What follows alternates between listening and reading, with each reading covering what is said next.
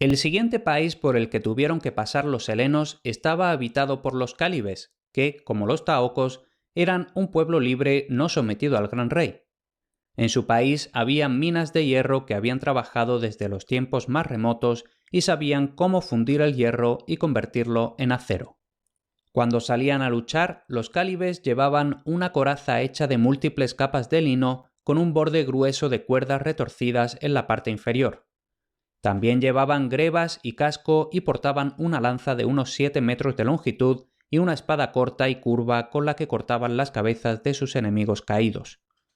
Las llevaban cantando y bailando y las exhibían al enemigo con horrible deleite. Al igual que los taocos, los cálibes poseían fortines robustos a los que habían llevado toda la comida del país, y los helenos habrían salido mal parados de no ser por el ganado que recientemente habían arrebatado a los taocos. Los cálibes no tenían por costumbre enfrentarse a sus enemigos en campo abierto, y se contentaban con hostigar a los helenos siempre que podían hacerlo con ventaja, aunque si hubieran atacado sus fortines, los habrían defendido con la mayor valentía. Así las cosas, los helenos sufrieron considerables pérdidas durante los 7 días que pasaron atravesando este territorio, y al final de toda la marcha, Jenofonte declaró que los cálibes eran los más belicosos de todas las muchas tribus con las que habían tenido enfrentamientos en Asia. Después de abandonar su país, los helenos marcharon durante 4 días a través de las tierras de los escitas, hasta que llegaron a algunas aldeas donde descansaron durante 3 días y tomaron un nuevo suministro de alimentos. Desde allí 4 marchas más los condujeron a la rica y populosa ciudad de Gimnias, cuya riqueza provenía principalmente del producto de una mina de plata. Era la primera ciudad que los helenos veían desde hacía muchas semanas, y aquí se encontraron con la agradable sorpresa de ser recibidos como amigos. El gobernador les dispensó, sin que se lo pidieran, la más grata de las atenciones, ofreciéndoles un guía que se comprometió a llevarlos en el plazo de 5 días a una montaña desde la que podrían divisar el Mar Negro. Al oír esta promesa, los corazones de los 10.000 se llenaron de alegría, pues hasta entonces habían marchado sin cesar, sin siquiera saber cuántos kilómetros seguían separándolos del mar. Pero primero el guía los condujo a través de un territorio cuyos habitantes estaban enemistados con la ciudad de Gimnias, y les pidió que arrasaran la tierra a sangre y fuego. Entonces se supo que el gobernador de Gimnias los había recibido tan amablemente porque quería servirse de ellos. Los helenos le prestaron el servicio que les pedía y arrasaron el territorio, obteniendo abundantes despojos. Poco después llegaron a la montaña de la que había hablado el guía y comenzaron a subirla. De repente, Jenofonte y la retaguardia oyeron un grito procedente de la vanguardia, que ya había llegado a la cima, y el grito se hizo cada vez más fuerte a medida que una fila tras otra subía hasta el lugar. Pensando que se trataba de un ataque inesperado, Jenofonte montó en su caballo y avanzó a galope tendido para ver qué ocurría. Pero, a medida que se acercaba, se dio cuenta de que no era un grito de guerra, sino un grito de alegría. ¡Zálata! ¡Zálata! Era el grito. ¡El mar! ¡El mar! Y allí, en el lejano horizonte, brillando a la luz del sol, se veía una estrecha franja plateada, la ansiada meta de todas sus esperanzas. Los soldados rompieron a llorar de alegría, se felicitaban unos a otros, se arrojaban en brazos de sus camaradas y de sus oficiales. Entonces alguien sugirió que levantaran un trofeo para conmemorar la ocasión y todos corrieron a buscar piedras. Las apilaron unas sobre otras y las cubrieron con pieles de animales como decoración y con escudos que habían tomado como botín del enemigo. El guía había cumplido su palabra y fue generosamente recompensado, pues a pesar de su pobreza, los helenos le regalaron un caballo, una copa de plata, un vestido persa y 10 daricos. Pidió además algunos de los anillos que los soldados llevaban en los dedos y le dieron muchos. Los helenos amaban el mar como los suizos los Alpes. En casi ningún lugar hay un país tan bañado por el mar como Grecia. Basta echar un vistazo al mapa para darse cuenta de las innumerables bahías y ensenadas por las que el mar se abre paso hacia todas las partes del país. Casi todos los helenos habían nacido al amparo de la fresca brisa salada, conocían el mar desde su infancia, habían navegado por él en todas direcciones y estaban acostumbrados a sentir por él lo mismo que por lo que consideraban la mayor de todas las bendiciones, la libertad. Ahora el mar estaba verdaderamente a la vista, y unas pocas marchas más llevarían a los cansados soldados a las colonias de Grecia que se encontraban dispersas a lo largo de su costa. Allí volverían a oír su propia lengua materna y a estar entre amigos, entre hombres de su propia estirpe, con cuya ayuda podrían contar en caso de necesidad. Durante los últimos 5 meses, desde la batalla de Cunaxa, habían estado inmersos en una lucha desesperada con dificultades de todo tipo, rodeados por todas partes de enemigos de origen extranjero y lengua desconocida. Ahora veían ante sí el final de todos sus esfuerzos. Antes de despedirse de los helenos, el guía les mostró una aldea donde podían descansar durante la noche y les indicó un camino que conducía al país de los macronios, por el que debían pasar a continuación. Después se despidió de ellos y regresó con los suyos. El país de los macronios estaba delimitado por un río, cuyas orillas estaban bordeadas de árboles no muy grandes, pero que crecían muy juntos, y los helenos se pusieron manos a la obra para talar los árboles con el fin de arrojarlos al río y cruzar así más fácilmente. Sin embargo, pronto aparecieron en la orilla opuesta varios macronios armados con lanzas y escudos, que empezaron a arrojar piedras a los helenos, aunque no llegaban lo bastante lejos como para alcanzarlos. En ese momento, uno de los soldados se acercó a Jenofonte y le dijo: «Cuando era muy niño, me llevaron a Atenas y me vendieron como esclavo, y nunca pude descubrir quiénes eran mis padres ni a qué país pertenecían. Pero ahora oigo la lengua que recuerdo haber hablado de niño. Estos deben ser mis compatriotas. ¿Puedo hablar con ellos?» «Por supuesto», respondió Jenofonte. «Pregúntales por qué salen contra nosotros e intentan evitar que avancemos». El soldado tradujo esta pregunta y pronto informó de la respuesta: «Porque venís como invasores a nuestro país». «Diles», respondió Jenofonte, «que hemos estado en guerra con el gran rey y que ahora regresamos a nuestro hogar y solo deseamos llegar al mar lo antes posible. Diles también que no les haremos ningún daño». Los macronios preguntaron entonces si los helenos harían un tratado con ellos y se comprometerían a tratarlos como amigos, y cuando los generales hubieron accedido a ello, atravesaron las aguas hasta el otro lado. Se invocó a los dioses como testigos y como muestra de amistad los macronios entregaron a los helenos una lanza bárbara y recibieron a cambio una lanza griega. Después de esto, los macronios se pusieron manos a la obra para ayudar a los helenos a talar árboles para hacer un puente, y volvieron a cruzar el río con sus nuevos amigos. También llevaron cebada y otros alimentos para vender, y en la despedida les proporcionaron un guía para llevarlos al siguiente país habitado por los colcos. Al cabo de 3 días, los helenos llegaron a una cadena de montañas ya ocupadas por los colcos, que se habían alineado contra ellos en formación de combate. Las montañas no eran demasiado escarpadas para poder subirlas, por lo que los helenos se detuvieron y se asesoraron sobre la mejor manera de atacar. Al principio se propuso avanzar en forma de falange, es decir, en largas filas una detrás de otra, pero Jenofonte pensó que había muchas objeciones a este plan. «Una falange», dijo, «correría el riesgo de desbaratarse al escalar la montaña, ya que en algunos lugares encontraríamos un buen camino y en otros malo. Además, si la falange es profunda, las líneas no se extenderán lo suficiente como para flanquear al enemigo, y en ese caso podrán atacarnos por los flancos o por la retaguardia. Y por otro lado, si extendemos nuestras líneas lo suficiente como para obviar ese peligro, la falange será poco profunda y fácil de romper. Mi consejo es que dividamos a los hoplitas en compañías separadas de 100 hombres cada una, y que suban en columna dejando espacios entre las columnas, para que puedan extenderse más allá de la línea enemiga. El hombre más valiente de cada compañía debe encabezar la columna y conducirla montaña arriba por el mejor camino que encuentre. Los colcos no se aventurarán a cargar, pues si se metieran entre las columnas se verían rodeados de enemigos por ambos lados. Se aceptó este plan y los hoplitas se formaron en 80 compañías de 100 hombres cada una, mientras que las tropas ligeras se dividieron en 3 destacamentos de unos 600 hombres cada uno y se apostaron en el centro y en los 2 flancos. Antes de avanzar hacia la batalla, Jenofonte se dirigió a las tropas con un discurso de soldado, breve y directo. «Camaradas», dijo, «estos son los últimos enemigos que se interponen en nuestro camino.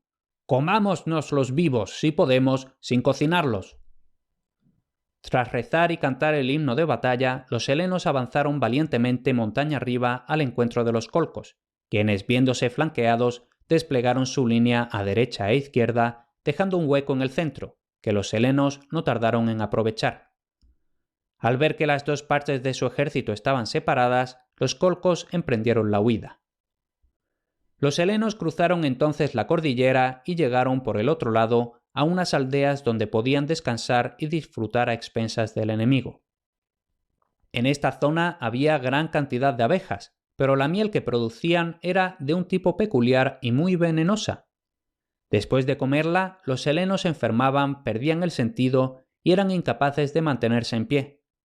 Los que habían comido poca miel parecían embriagados, mientras que los que habían comido mucha se volvían locos y algunos parecían estar a punto de morir.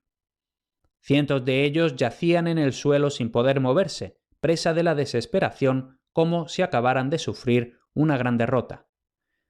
Sin embargo, nadie murió y al cabo de 24 horas todos recobraron el sentido. 3 o 4 días después estaban casi, aunque no del todo, bien de nuevo. Desde las aldeas de los colcos, 2 marchas llevaron a los helenos a la ciudad de Trapezunte, una antigua colonia helena en la costa del Mar Negro. Ahora por fin habían llegado al mar, ahora podían descansar un rato entre sus propios compatriotas y olvidar todas las miserias que habían soportado desde que se pusieron al servicio del desafortunado Ciro. Los habitantes de Trapezunte los recibieron con gran amabilidad y les regalaron ganado, cebada y vino. También les abrieron un mercado y les llevaron abundantes mercancías para la venta. Sin embargo, por aquel entonces el dinero ya escaseaba entre los helenos, pero pudieron abastecerse de alimentos haciendo incursiones en el país de los colcos. La marcha de Sardes a Cunaxa había durado 6 meses. El viaje de vuelta de Cunaxa a Trapezunte había durado 5 meses. Ahora era febrero, y desde diciembre todas las demás penalidades de la retirada se habían visto agravadas por el intenso frío que había costado la vida a muchos de ellos. Cuando Ciro les pasó revista antes de la batalla de Cunaxa, los helenos eran 13.000, pero cuando llegaron a Trapezunte se habían reducido a 8.600. De los que faltaban, algunos habían muerto a manos del enemigo y otros habían perecido en la nieve o por enfermedad. En números redondos siempre se habla de ellos como los famosos 10.000. En el momento de mayor necesidad, cuando Clearco y los demás oficiales habían sido traicionados por Tisafernes, los helenos habían jurado ofrecer sacrificios a los dioses si alguna vez volvían a encontrarse en una tierra poblada por hombres de su propia estirpe. Cuando hicieron el juramento, apenas parecía posible esperar que alguna vez estuvieran en condiciones de cumplirlo, pero ahora había llegado el momento, pues la salvación estaba asegurada. Habría sido algo insólito para los helenos celebrar cualquier gran acontecimiento sin incluir entre las ceremonias algunas competiciones de fuerza física y destreza, que siempre atraían la presencia de una gran multitud de espectadores. En consecuencia, se acordó que habría carreras de este tipo con ocasión de los sacrificios ofrecidos como ofrenda de agradecimiento a los dioses por el regreso sano y salvo de los 10.000, y se encomendaron los preparativos a un espartano llamado Draconcio. Draconcio no podía organizar carreras a la gran escala de los célebres Juegos de Olimpia, a los que toda Grecia solía acudir una vez cada 4 años, pero estaba decidido a que al menos no faltaran la diversión y la emoción. Como no podía disponer de un campo llano y cubierto de arena, eligió en su lugar una colina escarpada con una fuerte pendiente hacia el mar, y cuando le preguntaron cómo sería posible celebrar un combate de lucha en un terreno tan accidentado, respondió riendo: «Los que pierdan recibirán los peores golpes». De acuerdo con la antigua costumbre, la primera carrera era para muchachos, pero como entre los soldados no había muchachos, esta carrera la disputaron los prisioneros que aún eran jóvenes. A continuación hubo una carrera a pie en la que se inscribieron más de 60 soldados cretenses, seguida de un combate de lucha, un combate de boxeo y el juego llamado por los helenos pancracio, que combinaba lucha y boxeo. Todos estos juegos fueron presenciados con gran entusiasmo por una multitud de espectadores, tanto hombres como mujeres. Numerosas personas habían salido de la ciudad vestidas con sus trajes más alegres y se mezclaban con los soldados formando filas a ambos lados del campo. Los combatientes vencedores fueron recibidos con grandes aplausos y los derrotados con carcajadas. Lo mejor y lo último de todo fue la carrera de caballos. Los jinetes tenían que correr desde el altar, en lo alto de la colina, por la pendiente hasta el mar, y luego girar y volver a subir la colina. Comenzaron a todo galope, pero muchos de los caballos tropezaron con el terreno irregular y rodaron una y otra vez, mientras que otros, que habían bajado bastante bien, volvieron arrastrándose, incapaces de ir más rápido que si fueran de paseo. Todo esto provocó las carcajadas de los espectadores junto con muchos gritos y vítores. Los premios que se entregaban a los ganadores eran las pieles de los animales sacrificados. No lejos del lugar elegido para los juegos estaba el lugar donde se decía que los argonautas habían desembarcado hacía mucho tiempo para conseguir el vellocino de oro. La historia de Jasón y sus valientes compañeros era una de las viejas historias que más gustaban a los helenos, de héroes intrépidos ayudados por los dioses para llevar a cabo tareas más allá del alcance de los hombres mortales. Si los soldados helenos recordaban esa vieja historia mientras participaban en los juegos, podrían haber meditado con orgullo que, aunque no había nada sobrehumano en la tarea que acababan de llevar a buen término, sin embargo, había exigido valor y resistencia, y con la ayuda de los dioses habían triunfado. Muchas veces había parecido que no tenían posibilidad de salvarse, muchas veces habían estado a un paso de la destrucción total, pero por fin habían llegado a la meta. Ciertamente, aún quedaba una gota de la sangre de los héroes en las venas de los valientes 10.000. Los helenos se encontraban ahora entre sus compatriotas, pero aún tenían que afrontar muchas dificultades y pasar por muchas fatigas y peligros antes de poder llegar realmente a su hogar. No podían conseguir barcos suficientes para transportar a un número tan grande por mar, por lo que se vieron obligados, en su mayor parte, a recorrer a pie toda la costa del Mar Negro, alimentándose como podían y rapiñando a los enemigos que tenían a su alcance. Jenofonte deseaba regresar a Grecia lo antes posible, pero no quiso abandonar a sus camaradas, por lo que decidió permanecer con ellos mientras necesitaran su ayuda y consejo. Sin embargo, al cabo de un tiempo, la mayoría de los soldados decidieron unirse a los espartanos, que en ese momento estaban enviando una expedición a Asia para hacer la guerra a Tisafernes, y Jenofonte renunció a su cargo en favor del general espartano al mando de la expedición. Poco después de salir de Trapezunte, el botín arrebatado a los colcos y a otros enemigos se había repartido entre las tropas, habiéndose reservado primero una 10ª parte para el dios Apolo y su hermana, la diosa Artemis, cuyo magnífico templo de Éfeso era una de las 7 maravillas del mundo.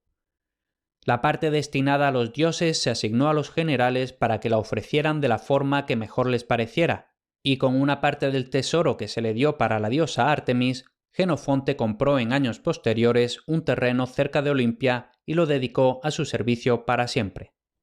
Era un lugar precioso por el que corría un pequeño arroyo llamado Selinunte, que también era el nombre del río que pasa junto al templo de Artemis en Éfeso, y como el Selinunte efesio estaba lleno de peces y mejillones. Además, había arboledas y bosques en los que abundaba la caza, así como colinas y pastos para el ganado vacuno, ovino y equino. Aquí Jenofonte construyó un templo a Artemis y plantó a su alrededor una arboleda con muchas clases de árboles frutales, y en el templo colocó un altar y una estatua de la diosa. El templo era como el de Éfeso, pero mucho más pequeño, y la estatua era como la de Éfeso, pero en lugar de ser de oro, era de madera de ciprés. Por último, erigió una columna cerca del templo y en ella puso esta inscripción: Este lugar está consagrado a Artemis. Quien viva aquí y disfrute de los frutos de la tierra debe ofrecer cada año la 10ª parte de los productos a la diosa, y con el resto mantener el templo en buen estado. Si descuida este deber, la diosa lo recordará en su contra. El primer guardián del templo fue el propio Jenofonte.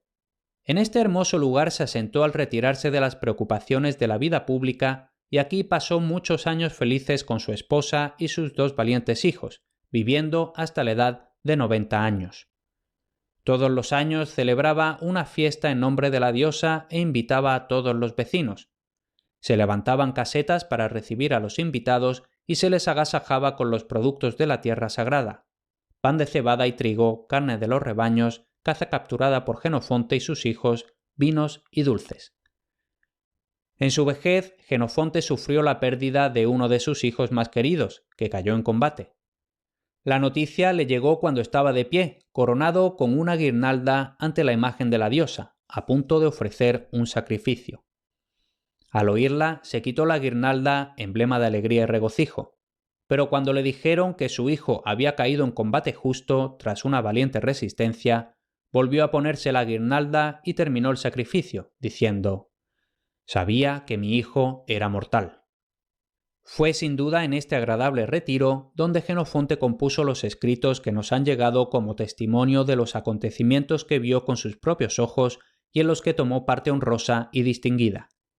Entre todos ellos no hay páginas más gráficas ni más interesantes que las que describen las hazañas y los padecimientos de los valientes 10.000. Hasta aquí este episodio. 2 cosas antes de despedirme hasta el siguiente. En grandeshéroes.com están listados todos los libros en los que se basan mis podcasts. Los tienes disponibles en papel y para Kindle y por un precio justo y bastante reducido puedes apoyar mi labor en este podcast. La otra cosa es que si te gusta todo esto del mundo antiguo y clásico, es probable que te interesen los contenidos que envío frecuentemente en mi boletín. Apúntate gratis en grandeshéroes.com/boletín.